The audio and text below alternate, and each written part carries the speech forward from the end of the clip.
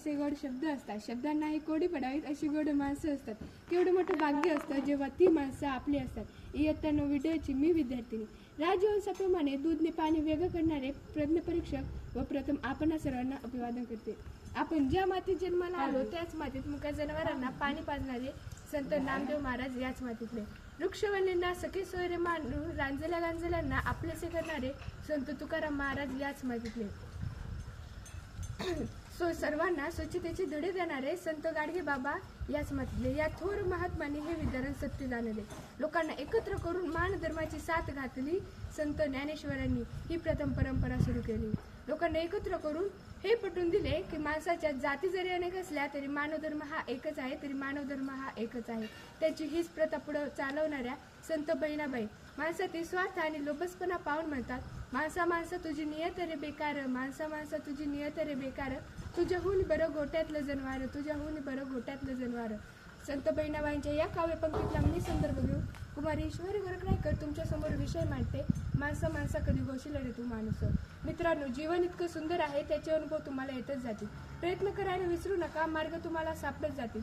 जीवन एक रंगभूमी आहे. जीवन म्हणजे 2 घडीचा डाव, जीवन म्हणजे संघर्ष. जीवनाच्या अशा कितीतरी व्याख्या थोर पुरुषांनी गायलेल्या आहेत.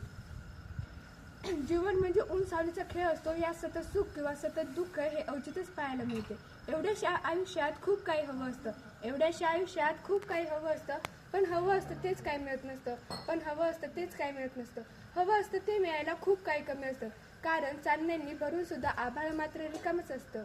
क्षुल्लक दुःखाने व्यक्त होऊन न बसता आंधळ्याचा डोळा व्हावा, लंगड्याचा पाय व्हावा, अनाथाचे पालक सुद्धा व्हावे. दुसऱ्यांसाठी जगावं आणि जगू द्यावं. जगता जीवनाकडे पाहावं, जमेल तेवढे जगावे.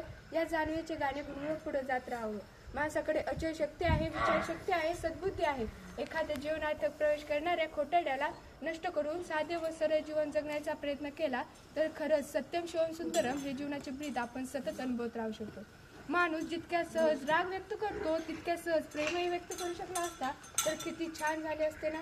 कारण माणसाच्या निम्म्या तरी समस्या त्याने व्यक्त केलेल्या रागामुळे आणि कधी व्यक्त न केलेल्या प्रेमामुळेच वाढत जातात. आयुष्यातले निर्णय चुकतात, आयुष्य चुकत जातं. प्रश्न कधी कळत नाही, उत्तर मात्र चुकत जातं. सोडताना वाटतं सुटत गेलाय गुंता, पण प्रत्येक वेळी वेगळीच गाठ बनत जाते. चालणाऱ्याला वाट माहीत नसते, दाखवणाऱ्याचे मात्र ध्येयच हरून जाते. वाटतात तितक्या सोप्या नसतात काय गोष्टी.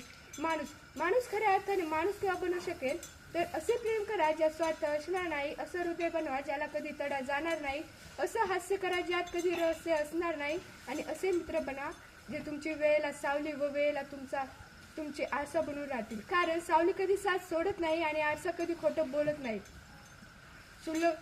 स्वप्न पूर्ण झाले म्हणून रडत बसायचं नसतं, स्वप्न पूर्ण नाही झाले म्हणून रडत बसायचं नसतं.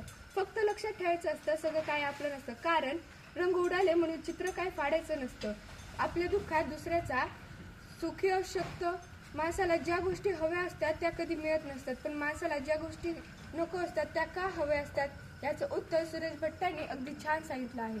आयुष्य छान आहे थोडं लहान आहे, रडतोस काय वेड्या लढण्यात शान आहे. काटतही फुलांची फुलती कमान आहे, उचलून घे हवं ते दुनिया दुकान आहे. जगणं निरंतर म्हणतो तो बेईमान आहे. पूर्वी विद्वान सर्व पूज्यते असं म्हटलं जायचं, पण आता धनवान सर्व पूज्यते असं म्हटण्याची वेळ आता निर्माण झालेली आहे. कारण पूर्वी कष्ट करण्याची वृत्ती संपलेली आहे.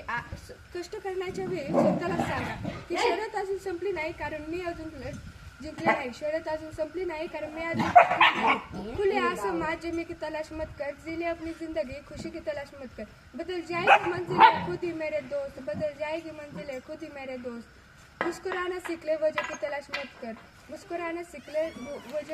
मत कर.